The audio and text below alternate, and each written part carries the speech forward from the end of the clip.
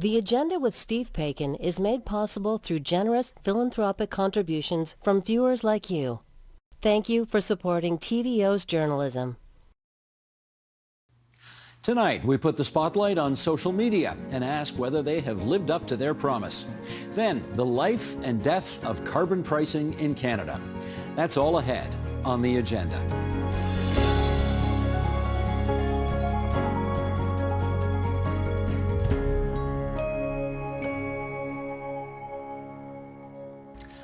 In 2004, Facebook was created. 2 years later, Twitter was founded, and the very first episode of The Agenda aired here on TVO.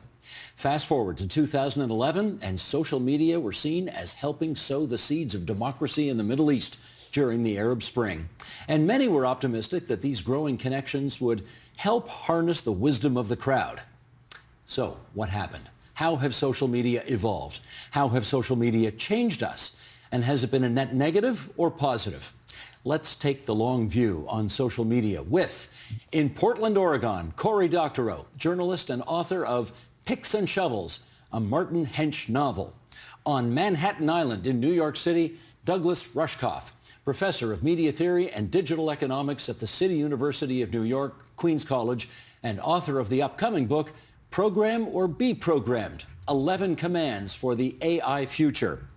In Somerset County, New Jersey, Jeff Jarvis, author of The Web We Weave, Why We Must Reclaim the Internet from Moguls, Misanthropes, and Moral Panic. He's also a visiting professor at Stony Brook's School of Communication and Journalism. And with us here in the studio, Vas Bednar, Managing Director at the new Canadian Shield Institute, Fellow at the Public Policy Forum, and Senior Fellow at CIGI, the Center for International Governance Innovation. And I cannot think of 4 people I would rather have this conversation with than you 4. So let's get to it. Great to see you all again here on TVO. We want to start by going back to the year 2011 and the Arab Spring. Zeynep Tufekci was on our program, the author, and here is what she had to say. Roll it, Sheldon, please.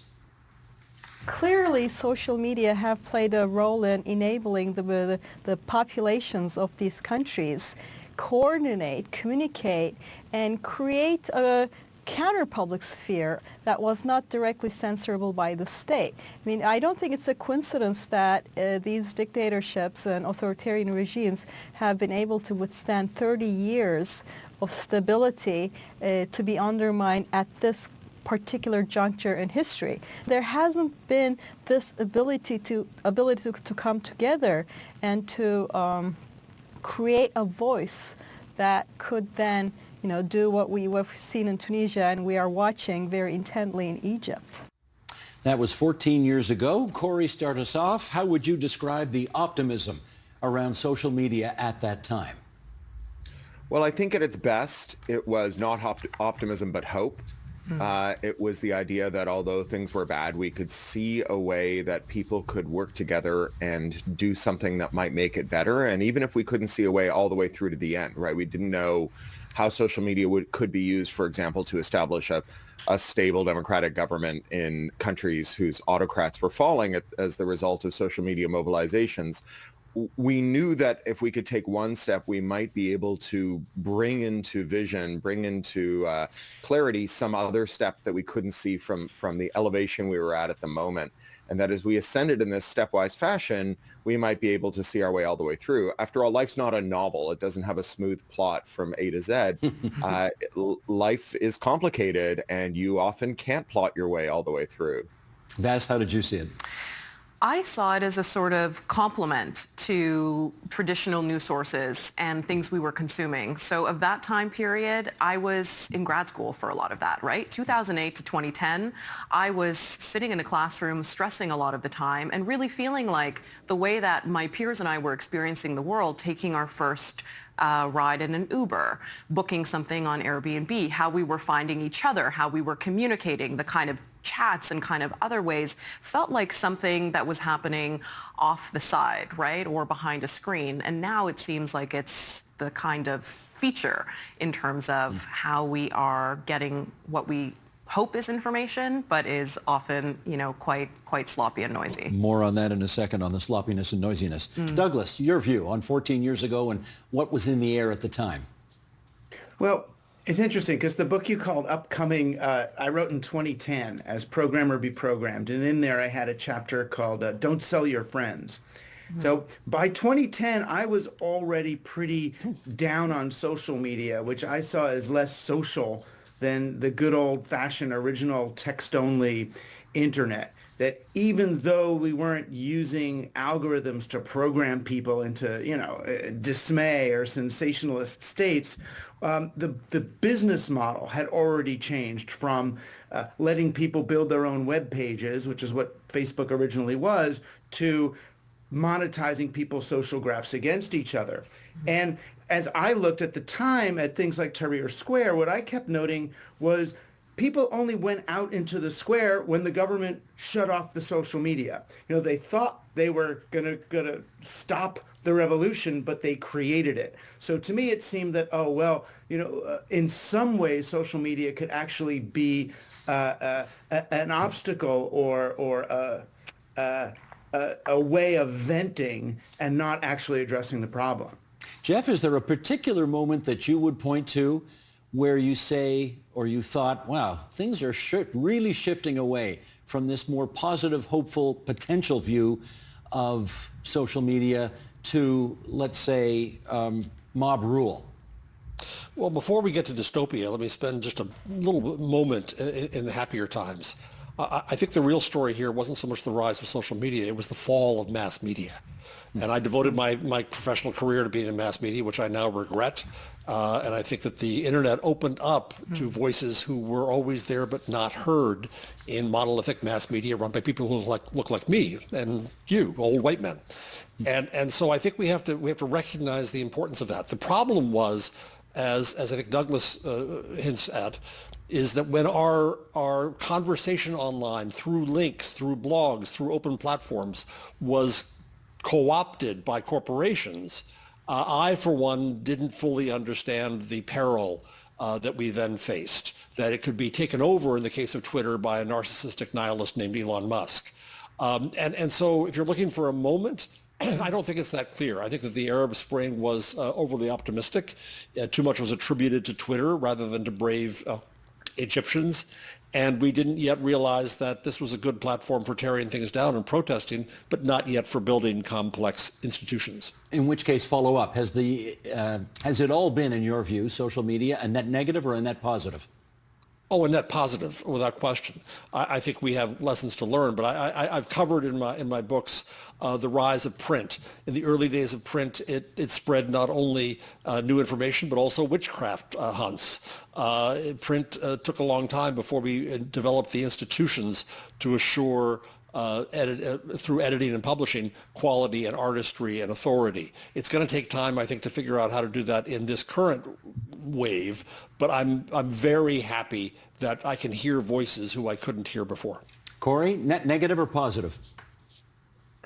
Oh, I think a net positive, but also that we are in a moment where things are changing very quickly and up for grabs. So, to Jeff's point, I don't think that I or the people who are in my orbit underestimated how bad it could be if the internet were co-opted as a system of control, a system of censorship, a system of surveillance.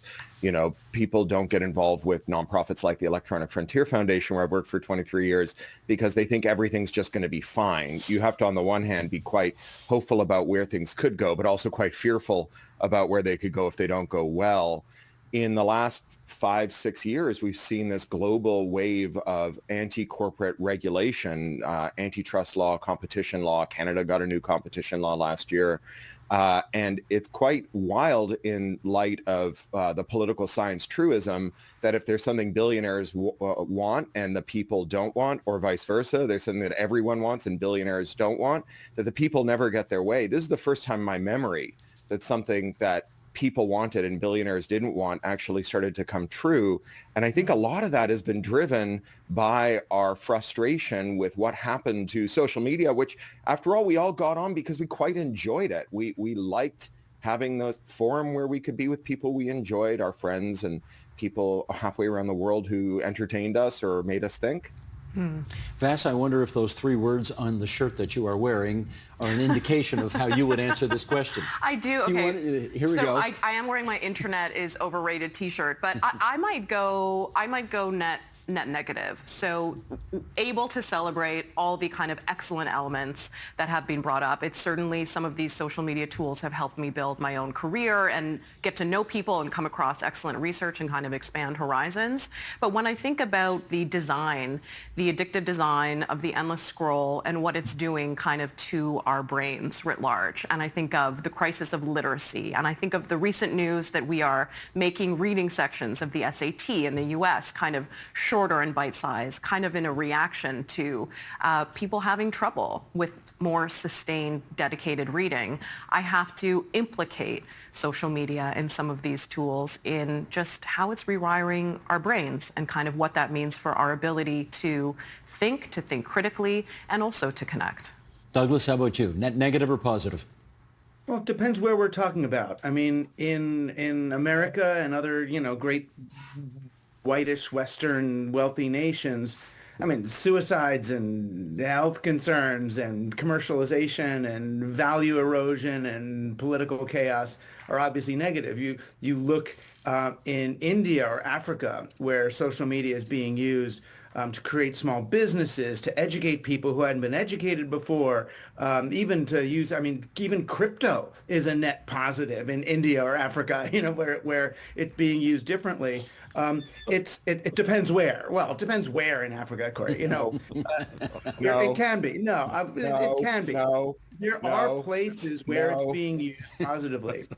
You can say nowhere, no, never, but I'll give you some examples. No. Okay, well, we're not going to do a show on crypto, folks. Let's move on. It's hard to make a global net positive, net negative analysis. I'd say so far, I'd probably say net negative, because we are under capitalism and under our current global institutions. We're so brittle that the kind of radical changes being fomented by social media may prove intolerable. But I feel like if we can make it through this, the end result, or the longer term impact of a social medium like the internet would be very positive. Jeff, have you come to a conclusion in your own mind definitively as to whether or not you believe social media have, I guess, become a means of allowing voices not previously heard to communicate political anger, as opposed to being the cause of that political anger? In the United States, we too simplistically look at this as if we were all fine and all normal until this internet came along and the country turned into a bunch of racist, misogynist pigs. We were racist, misogynist pigs before. It brought it out. And there's a lot of myths about how the internet operates, as if it's the hubris of the present tense, as if we're different. And I don't think we are. We've had these problems as a society, and now we can perhaps see them better and perhaps know them better. But no, I don't think it's a cause. Even the arguments about filter bubbles and echo chambers. A researcher named Michael Bong-Petersen in Denmark said that the echo chamber we live in is the echo chamber in our real lives. And what the internet did, counterintuitively, was it punctured those bubbles. And it exposed people to those they weren't exposed to, that they feared, that they were made to fear. And it brought out a whole stock of spitballs to throw. And so I think we have to recognize that technological determinism of our problems or our solutions is simplistic. We have huge underlying problems in this society, in this country, sorry to you, Canada, for what's going on to you right now from us, that we've got to grapple with and are not. You're the 6,222nd person who has apologized for... Anyway, that's another... Usually it's you guys who apologize, but it's our turn. Right. Vass, how about it? The issue of whether or not this is just the means of communicating political anger as opposed to creating it. I mean, studies also show that more polarizing content gets amplified and kind of shown, or is kind of more tantalizing. The monetization models, as has been alluded to, change some of the incentives, right? So the bargain for us, and back to that kind of early, like what was exciting or kind of cool, that premise of what it was maybe for you and I and all of us connecting online was different than the kind of undercurrent that underpins the companies, right? So there's always been a divergence there in terms of what we're paying for with our time time and our attention, or if you're paying for a blue check or something on Twitter, which I have trouble calling X, but I can if I need to. Yeah, that's sort of what I come back to there. And don't forget saying sorry to Canada. I mean, Meta's not saying sorry to Canada. Meta turned off news, formal news for Canada some years ago now because they're so resistant to regulation. And people still access what they consider to be news information there, and it tends to be slanted towards from right-wing outlets that have a very particular intention. So I would say that's not part of positives happening in Canada. Corey, your take on that? So I think we created a system where when these platforms changed in ways that we didn't like, we were at their mercy. So back in 2010, when James Moore and Tony Clement were ministers in Stephen Harper's government, they did a consultation on a law that basically the U.S. Trade Representative had insisted on. It copies and pastes an American law called the Digital Millennium Copyright Act. And over 6,000 Canadians wrote in and said, this is a terrible idea. We shouldn't have it because it bans Canadians from changing how American technology works, from making plugins or ad blockers or, independent repair tools for tractors. Anytime there was a digital lock, we couldn't unlock it. So over 6,000 Canadians said, no, we should, if like we use something or if it belongs to us, if Facebook shuts off the news, we should be able to change the app or we should be able to change the device so that it responds to our needs. 53 Canadians responded to that consultation saying they like the idea. James Moore resolved this problem. He went to the International Chamber of Commerce meeting in Toronto, and he said, those 6,000 plus Canadians who disagree with me, they are, quote, babyish radical extremists, and I'm going to throw out everything they said. And Stephen Harper's whipped his caucus, and they passed Bill C-11 in 2012. And so now it's a crime to modify anything from the Facebook app so that it shows you a news feed, to modify your printer so you can use generic ink in it, to modify your tractor so you can fix it, to modify the Medtronic ventilators our hospitals all use so that during the lockdown, independent med techs could fix it in the hospital rather than have non-existent Medtronic service technicians come out. And so all of that basically meant that these companies, we were at their mercy. You may remember when Lily Tomlin used to do these ads on Saturday Night Live for the Bell system, she'd pretend to be an operator and she'd finish them. She'd say, we don't care. We don't have to. We're the phone company, right? We think of these companies as too big to care. And I think that's right. It's not just that they're too big to fail and too big to jail. They can make changes. And unless we're willing to endure the cost of leaving behind all the people who are there, who love each other more than they hate Mark Zuckerberg, and who have this coordination problem of agreeing to leave and go somewhere else, we get stuck there. And so I don't think we should be surprised that these, flawed, terrible people, when we set them loose and turned their users into hostages, decided to squeeze us to make their shareholders richer. But, that's not the mystic great forces of history or the iron laws of economics making those services bad. That's a specific named policy choice made by a named individual in living memory who was told what the consequences would be, and those consequences have come true, and nobody is holding those individuals to account. Let's move to a different subject now, and that is the attention economy. All social media companies have one thing in common, and that is they want our attention.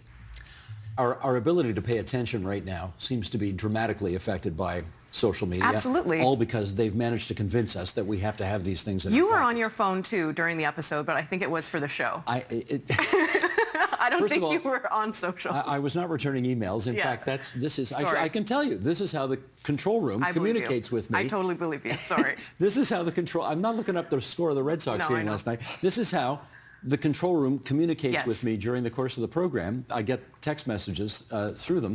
But you're right. I mean, this is an increasingly massive part of where our attention goes nowadays. And maybe, can I pivot over to Douglas on this? This can't be a good thing that social media has somehow managed to convince all of us to carry these devices in our pocket so they can have control over our brains. It's funny.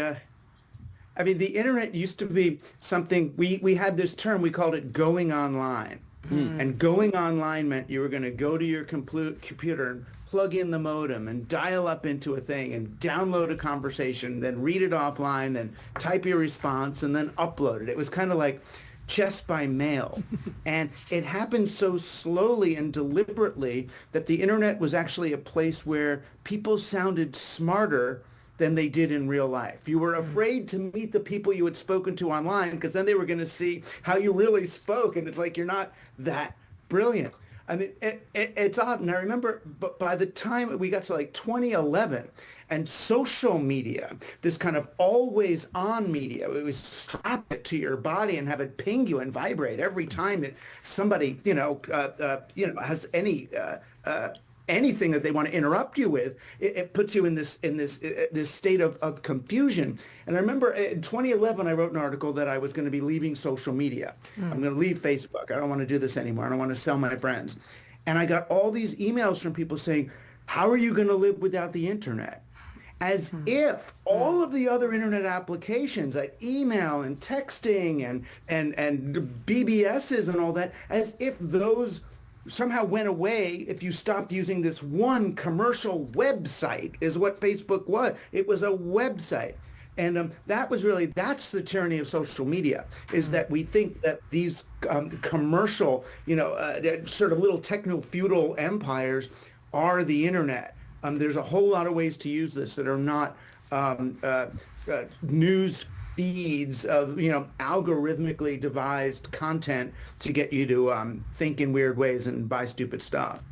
Corey, you got to admit, it's brilliant of the social media companies, for good and for ill, I guess, that they've managed to convince all of us that we can't live without these devices in our pockets, and therefore we have become attention deficit slaves to their to their brilliance, to their malfeasance, all of the above. So look, I don't like these companies and I don't like their products. I've been a Zucker vegan since the mid-2000s. I don't have any Facebook products. Lips that touch Mark Zuckerberg shall never touch mine. But I also am keenly aware that we have been talking about the impact of media on our attention spans for a very long time. You have Socrates possibly apocryphally complaining that once we learned how to read, we stopped memorizing things and that we didn't pay attention the way we used to. You have Thoreau complaining that once we complete the telegraph to the United Kingdom from America, that all we'll hear is tittle-tattle and gossip, the fact that Princess Anne has the whooping cough.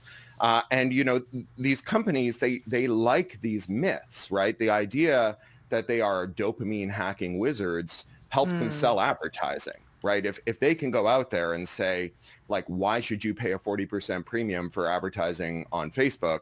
Well, look, you don't have to take my word for it. My critics will tell you I'm an evil wizard.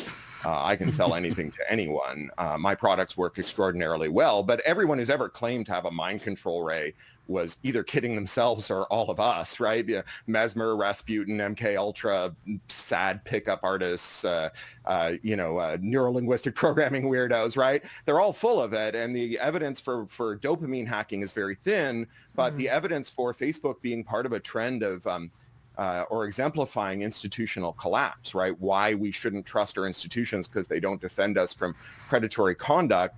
I think that evidence is very strong. I think when someone comes along and says, I don't trust the institutions because, our health authorities let the opioid companies kill 1 million Americans and counting and never held anyone to account. So I'm not going to trust the vaccines either, that we need to have an answer for them that's better than, no, the authorities are right and they're not corrupt and failing. Now, look, I'm vaccinated so many times I glow in the dark, but not because I think the institutions are good.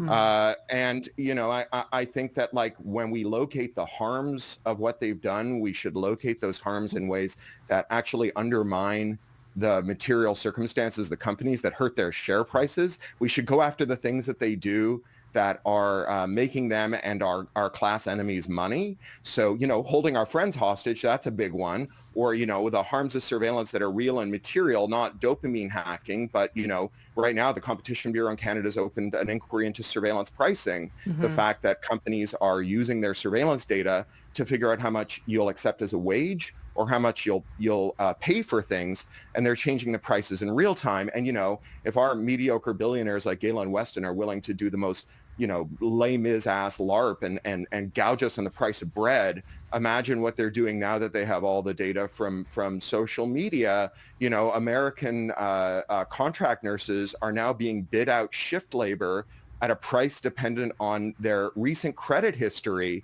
and nurses that owe more credit card debt are offered a lower wage, right? Those are the harms of surveillance, right? That if you are in debt, they pay you less because you're more desperate. It's not a kind of manipulation. If people are believing in conspiracies, it's because we live amid conspiracies by rich people to destroy our lives, which makes the conspiracies plausible. And rather than running around and telling them they shouldn't be conspiratorial, maybe we should fix the institutions so that the conspiracy theory is itself less plausible. Corey, you were on a roll there, channeling your NDP candidate, Gore Doctorow father there for a real burn. Wow, that was impressive. Okay. And he was also a TVO tech commentator. He used to be on Bits and Bytes. Okay. My dad. Very good, very good.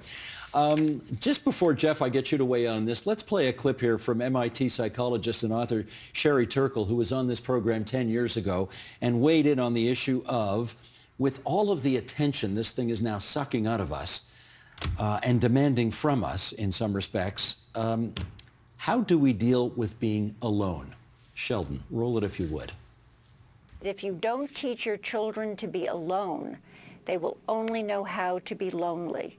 In other words, if you don't achieve the capacity for being alone, for being content within yourself, what you risk is that when you face other people, you kind of project onto them who you need them to be rather than who they really are. And you never really get into a true conversation with them. Now we have an alternative to never having to face that moment of, whoa, I'm alone. I have to just reach within myself rather than be stimulated from the outside. Jeff, have social media made us lonelier? To the contrary. I get to talk to people around the world now in ways that I couldn't before. There's a kind of a digital puritanism here that in media that wants to disapprove of what billions of people are choosing to do for their own reasons. And yes, we might look at cat videos. I like cats. They're cute. We also do other things. I'm finding out about the demonstrations in the United States right now, not through mainstream media, but through social media. I find great comfort in the movements that have been created through Black Twitter. And Black Twitter is still on Twitter in spite of Musk, because it's a place where they built community in spite of itself. They used its affordances for their own ends. There are lessons there about how to use these tools for what we want to do with them. And what we want to do with them is to connect to other people. And so I get to see Cory Doctorow on my podcast once in a while when he's not too busy, thanks to this internet thing. I get to follow his books and see what he does and interact with him and promote his books because of this. And so what we have to do, I think, is to find the positive in this and use it for our own ends, even if it's not designed that way. We've been following Corey for a very long time on this television station, and in fact, before the agenda, we used to do a program here called Studio 2, and almost 20 years ago, he was on that program talking about the growth of this new thing that was pretty new at the time. I think it was called the Internet. Sheldon, roll it if you would. This is the thing you hear about it, is that this thing is anarchic, unregulated, totally democratic. Unregulatable. It's technologically infeasible to do something as basic as determine how many computers are connected to the internet. In a situation like that, it becomes very difficult to block access from or to a specific government's computer. nightmare then, right? They can't control it. Yeah, if you want to take that sort of, if this were a movie starring Sylvester Stallone, the internet would be the means by which the underground threw off the yoke of their oppressors. It is in some senses an anarchic environment in which it is very difficult to keep track of who does what and when and how. Well, clearly the takeaway there is that I'm dressing better, and Corey, you're looking way better. So that's the number one takeaway. I think I look like Corey in the past, actually. Well, what? Okay, that hairdo, Corey. That hairdo. Talk about a misspent youth. I thought that went out when I was a kid. That was something else. That was amazing. What about anarchic, unregulatable back then? How about now? Well, different levers of regulation, right? Of course, we see different efforts across the world trying to use the tools that we have or create new pieces of legislation where we think we need new tools. There's also self-regulation, which I think we're having a conversation where we're all pretty good or decent at regulating our own use of these tools and kind of that type of moderation. You think we're pretty good at that? I think overall, yeah, I'm being generous. Okay. And then there's also a layer of regulation that we're seeing more kind of at the scholastic level, right? Where we're seeing school boards ban telephones or try to have these tools outside of these learning settings during a time where, brains are particularly susceptible and growing, and that people are having trouble in the classroom with that learning. So I think you're seeing what feels like at times a full court press, but back to Corey's earlier points, sometimes leaves people disappointed, right? If it feels like the state doesn't have our back and can't intervene appropriately, then that really leaves people hanging. Conversely, Douglas, I noticed that some people now go on what they call digital detoxes. Yeah, I remember back in like 1999, I published a piece called "The Sabbath Revolt."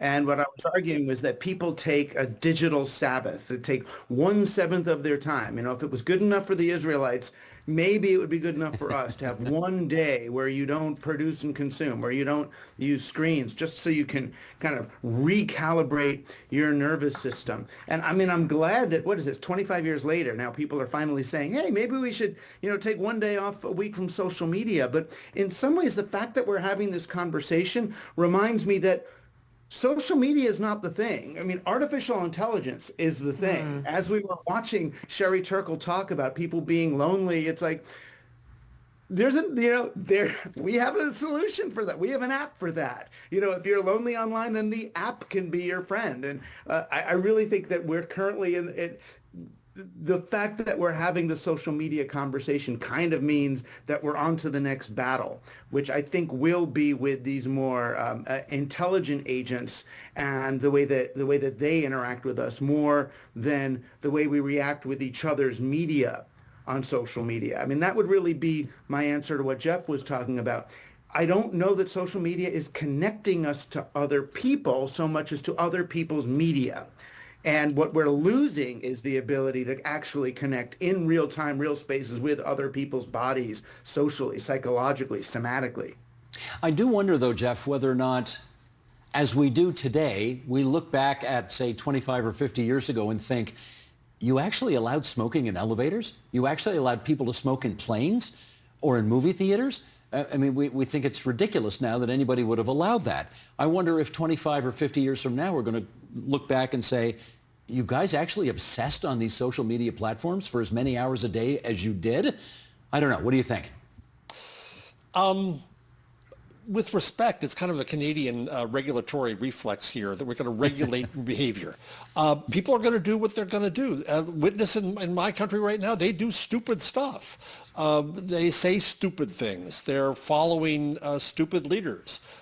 And it's really hard to imagine how we can regulate them out of that. What we need to do is educate them out of that. And that's why there is an attack on education in this country right now, and on science, and on medicine, and on the institutions that we need. There's a weird flip that's occurred in the world of late, where conservatives, so-called, used to be those who conserved institutions, who protected them from change. Progressives tried to change them. And now we've turned around where it's the conservatives, so-called, in this country, who were trying to destroy them with bunker-busting bombs, and it's the progressives who are in the position of trying to protect those institutions. Well, the best way to protect them is to change them, is to bring them forward. And the best way to change the populace is to educate them in spite of what these so-called conservatives are doing. No wonder I'm so confused these days. Everything is bass-ackwards the way you just described it. So, okay, I get it now. Let's spend our remaining moments here just, given that none of us, few of us, would have anticipated where we are today 25 years ago. You just couldn't imagine what was coming next. Vass, is it even possible to imagine what any of this is going to look like 10, 20, 25 years down the road? It's possible to imagine, I think, for better or for worse. I think Corey often brings sort of science fiction forward to us as ways to imagine possible futures, both good and bad. We've anchored a lot of our conversation, I think, on text and visual-based media through social media, but really the dominant form of news that people are receiving is now video, right? And that kind of endless scroll. So is the future videos produced by AI and AI friendships and AI text messages because we can't bring more humans to these platforms? Is that really a future that we want and that will serve us well? Probably not, but for companies that want to grow and grow and grow and can create fake people and fake ideas, that seems kind of useful for them. Yikes. Okay, 30 seconds to Douglas, 30 seconds to Corey. Go ahead, Douglas. I don't know even what to answer here. Exactly. Yeah. I mean, we're in a rapidly changing world where social media, AI, all of these media are really calling on us to retrieve what it means to be human, what it means to be social, what it means to be political. You know, whenever there's something that destabilizes us, we're going to have lots of reactionary forces coming to try to, how do we, figure out how to enforce corporatism or the extraction of capital from people in this new environment. But that wobble is also an opportunity for people to re-socialize, for people to discover each other in new ways. And I always look at times of instability as opportunities for people to reclaim the world in which we live and to start using our tools in ways that we find pro-social, pro-educational, and distribute it. Corey, last word to you. So look, if we're going to be doing anything in 30 years apart from, digging for rubble, looking for canned goods while the wildfires rage around us, it's going to have to be a massive program of climate remediation, which is going to be very hard to coordinate without digital tools because it's a global issue. So, in 30 years, maybe we'll be using tools to figure out how to relocate our coastal cities 5 or 10 kilometers inland, how to deal with more zoonotic plagues as we have habitat loss. All of that stuff may sound dystopian, but it's dystopian only in the sense that if we don't rise to the challenge, it will be not just a disaster, but a catastrophe. To make it a mere disaster that we live through is something that, 40 years after we'll look back the way Britons think about the Blitz spirit. It's going to have to be something that we all pull together. And, as someone who spent, back when I was on that last video, I was spending my nights with a bicycle riding around Toronto with a bucket of wheat paste and a bunch of flyers trying to get people to go out to protest. If you think we're going to do mass mobilizations without digital tools, I got a bucket of wheat paste I want you to try for a week or two and then come back and tell me how you really feel. Wheat paste are 2 words that in 19 years have never been uttered on this program. So thank you for that, Corey. I want to thank, there's the nice foreshot I was looking for. Cory Doctorow, Douglas Rushkoff, Jeff Jarvis, Vas Bednar. It's been so great to talk to all of you and get to know you better and your thoughts over the years. And we're really grateful you could be on this last week of the agenda here on TVO. Thanks so much, you four. Thank you. Thank you for all of the years of the agenda, Steve.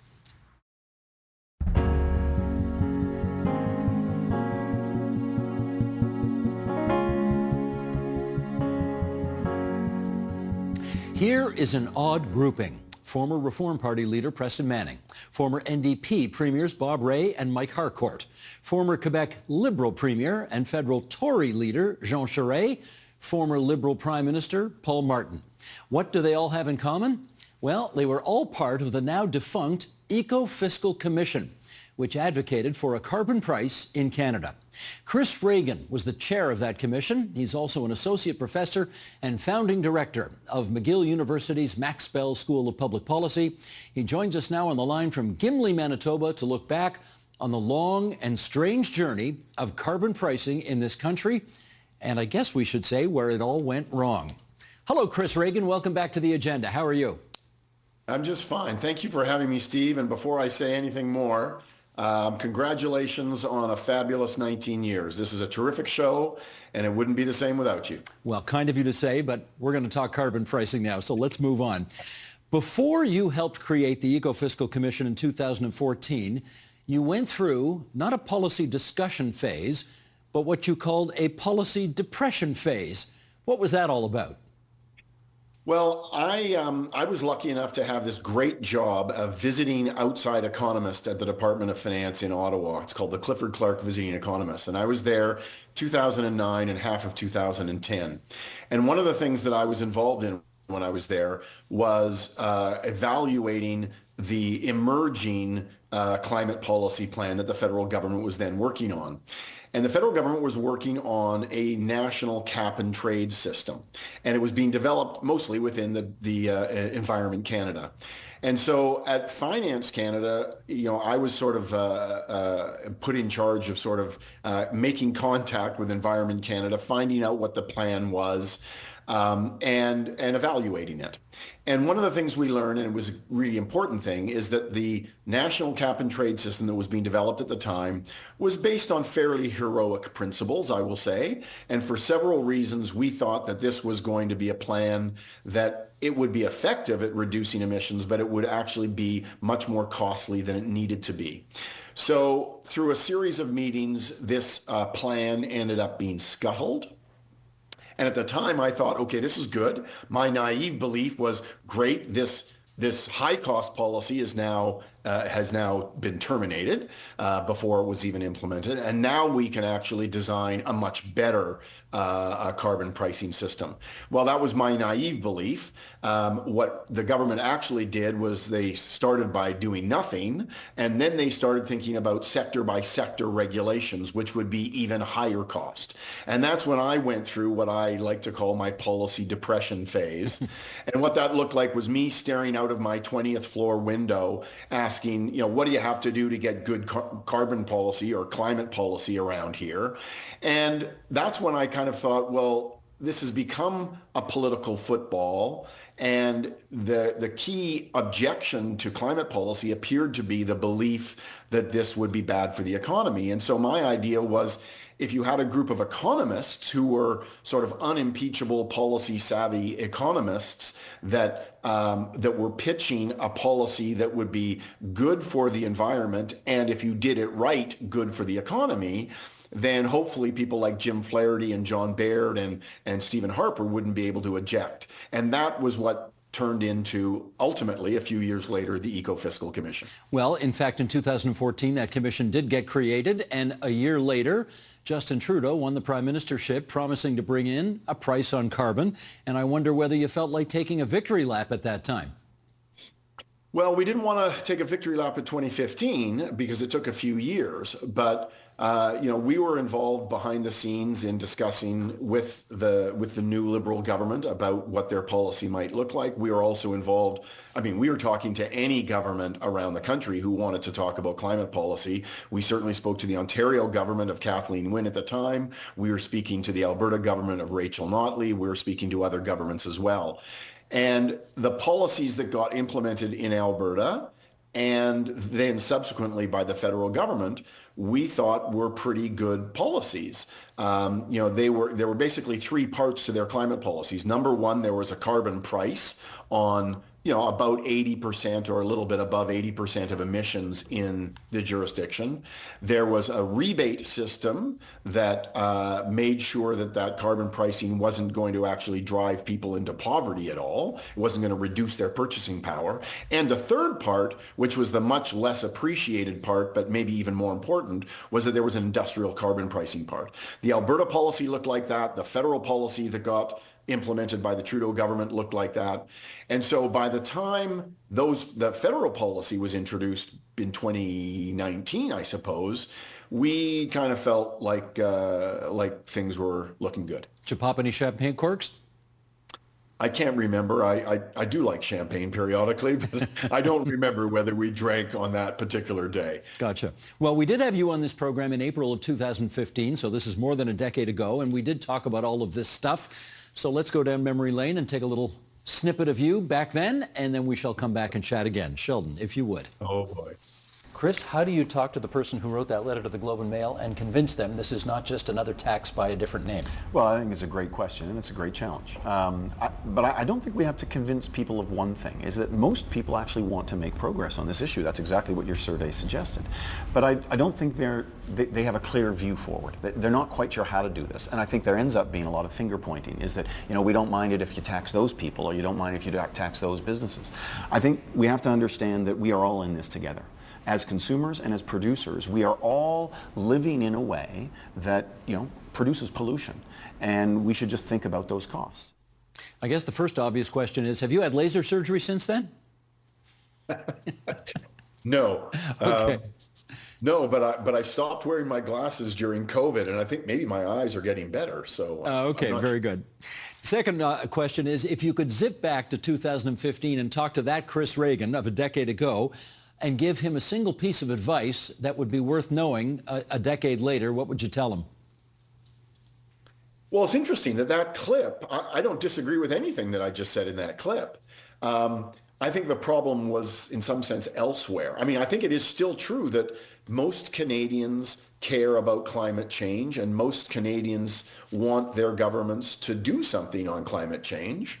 Now, I think in the very recent months, other things have presented themselves as big issues. So I think Canada's access to global markets and our challenges on our prosperity is taking the top couple of issues in priorities, and climate change is a little bit lower down. I think that's for sure happened. But when it comes to climate, I think Canadians still care about it. But what happened is I think that the carbon price became a serious political football. And I didn't think it had to, and we can talk about why it did become a political football. Yeah, do that if you would. Sure, pick up the story there. Why do you think that happened? So I think when the carbon price, remember that the provinces acted first. I mean, BC had a carbon price in pre-2008. Alberta had one by 2015. I mean, the Rachel Notley one, which was a much bigger carbon price, if you like, than the one that preceded her. Ontario had it briefly, and then that was repealed by the Doug Ford government. We have cap and trade here. Kicks in. That's right. Yeah. That's right. Quebec has a cap and trade system that is still in place that nobody talks about, right? It is a political non-issue in currently my home province. But I think what happened federally is that I would say three things came together. Number one was that there was a political opposition. You remember the Maclean's cover story called The Resistance, which was small c or large c conservative political opponents to carbon pricing. Jason Kenney, Doug Ford, Scott Moe. Yeah, there was a bunch of them. Andrew Scheer. Exactly. Yeah. And in fact, Pierre Poilievre was a very, very effective opponent. He's a very effective communicator. And so that resistance, developed themselves, I suppose. And they developed a voice, and they were very effective at doing so. That's one thing. Now, I actually think that many times when those opponents were speaking about carbon pricing, I think they were actually misrepresenting what carbon pricing was about. And almost never did they talk about the rebates. So they talked about the carbon tax, but they never talked about the rebates. And I think it's really sort of intellectually unfair to talk about one side and not both sides. So that was one thing. The second thing that happened, and it helped those opponents, was the inflation that happened starting in 2021, 2022, 2023, which was caused really by supply chain disruptions caused by COVID. It was added to significantly by the Russian invasion of Ukraine.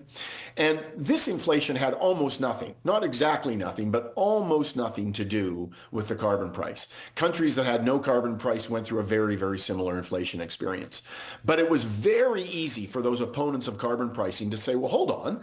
Carbon pricing is about driving up the price of some things. Higher prices means inflation. We're witnessing higher inflation. Therefore, carbon pricing is to blame for the high inflation. That's a very appealing, simple argument, but it's wrong. Empirically, it's been shown that it was a much less than 1 percentage point of the inflation that we saw over that time. Something like 0.15 of 1 percentage point was due to the carbon price. So it was almost nothing, but not quite nothing. But the third thing that happened is that in the face of that opposition and the blame, the connection between carbon pricing and affordability and inflation, was that the federal government, I think, did a very poor job in explaining carbon pricing. And it's not an easy thing to explain. They couldn't really explain, or they didn't take the time to explain why carbon pricing was better than alternative approaches. They certainly were unable or unwilling to explain the role of the rebates. So the rebates ended up being very confusing to many people. A lot of people just didn't realize there were rebates. Some people that realized that there were rebates thought that it was kind of crazy because here's the government taxing with one hand and giving a rebate with the other. So that seemed to be incoherent. And I think the federal government just did a terrible job in communicating what this was all about. So those three things came together, and they didn't have to come together, but that's the way the world turned out. Those three things came together, and we ended up with carbon pricing being seen by the Liberal government, and especially the new Liberal government under Mark Carney, as a liability. And so that was his first action as Prime Minister, was to get rid of that retail carbon price. Well, let me pick up on the third item of your list there, and that is to say, did you have a moment when Justin Trudeau was the Prime Minister, or did you ever approach the Environment Minister or any other cabinet ministers in the previous Liberal government and say to them, you guys are blowing this. We are losing the messaging war. You guys only talk about carbon taxes and not carbon rebates, et cetera, et cetera. Did you wave a red flag at their face at any point? So I had conversations, and I'm sure other people on the Ecofiscal Commission did as well. I had conversations with the Minister's Office at Environment Canada and with the PMO, and I didn't need to tell them that they were blowing it on a communications basis. I mean, those conversations were typically instigated by them, and they knew that they needed communications help. They were wondering how they could, make particular points. And so, I did what I could, and with Ecofiscal, we wrote all kinds of op-eds in all kinds of formats, I suppose, and newspapers or blog sites across the country, making the point not just about rebates and communications, but just talking a lot about carbon pricing and why it makes sense. And of course, we also took on the letter. This was in April of last year. Am I getting my dates right? Yes, I think April of last year, when the carbon price was scheduled to increase another $15. Yes. And it had become then a huge political football. That was a few months after the home heating oil exemption had happened, which I thought was just a for terrible Atlantic Canada. Exactly, right. Terrible mistake by the federal government. And so that at that point, the opposition, I think, sensed weakness, and they were piling on, and they were pointing out that the exemptions for home heating oil were unfair. Danielle Smith and Scott Moe raised that point after about 3 minutes of the government's decision, and they were quite right that to exempt home heating oil but not natural gas was unfair. Anyway, so we put together the letter from Canadian economists arguing about why the critics of carbon pricing were wrong, or why their arguments were wrong. Anyway, so we did what we could. We did what we could, and it wasn't enough. My wife thinks that we ended the Ecofiscal Commission several years too early. I don't know whether that's right or not. But we planned to go for 6 years, and we ran for 6 years. And by the end of 2019, we were done. The federal Conservatives obviously were the strongest opposition to this, and you're quite right. Pierre Poilievre was just quite masterful in the way he demonized this plan and managed to get a significant chunk of Canada and Canadians against it. But you had a populist Conservative leader in Preston Manning on the commission. You had a red Tory leader in Jean Charest on the commission. Was there any attempt to say to either of them, can you please go out there and talk to Poilievre, talk to Conservatives, speak in Conservative circles, and try and get this thing back on the rails? So you mentioned a number of the people on our advisory board. I loved our advisory board at Ecofiscal, and Preston Manning called it the transpartisan. He wasn't bipartisan; it was multipartisan. It was transpartisan advisory board, and that was done for a reason. We knew that we would be when we launched the Ecofiscal Commission in the fall of 2014. We knew we would be stepping into a political minefield, and we wanted that sort of cover and representation on our advisory board. They were very good ambassadors to the Ecofiscal Commission, and some of them did more than others. But I don't think, in retrospect, and maybe we believed this at the time, that just picking up the phone and having Preston Manning talk to Pierre Poilievre, which may well have happened. I can't recall. I certainly wouldn't be surprised. I don't think we should expect that would have necessarily changed, Pierre Poilievre's position or Scott Moe's position. I think one of the things that perhaps we are naive about, when the Liberals adopted a carbon pricing policy, and traditionally we viewed a carbon pricing policy as actually a fairly market-friendly and even a conservative type policy. The hard left policy approach to climate would be to have much more intrusive, much more prescriptive, heavy-handed government regulations. Whereas using a cap and trade system or a carbon price, a carbon tax, is actually a much more market-friendly way. So, Trudeau and his government had actually adopted a conservative, what traditionally had been a conservative approach. But I guess we were naive in thinking, okay, great. Well, the Conservatives will then see that is traditionally a conservative policy, so they won't object. I think it's now pretty clear why that, Pierre Poilievre and other Conservative leaders oppose this, because they're the opposition. And they saw a policy that was being promoted by the Trudeau Liberal government, and they opposed it. I don't think they wanted to say they don't believe in climate change. That has become almost unacceptable. So I don't think they wanted to say that. And I don't think they wanted to advocate the much more heavy-handed regulatory approach. So what they did is they complained about the carbon price put forward by the Trudeau government, but they didn't offer an alternative. But that became a very effective political position, especially after that inflation started. Indeed, indeed. Chris Reagan from McGill University's Max Bell School of Public Policy. It's always great to have you on our program. Take good care, and we'll see you down the road sometime. Thank you, Steve, and congratulations once more. Thank you.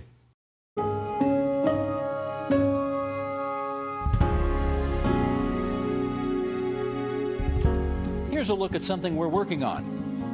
Some adults apply a very different standard to us LGBTQIA people and families than they do to other families. So a family with two moms is no more sexual content than a book about a family with a mom and a dad. That's later this week on The Agenda.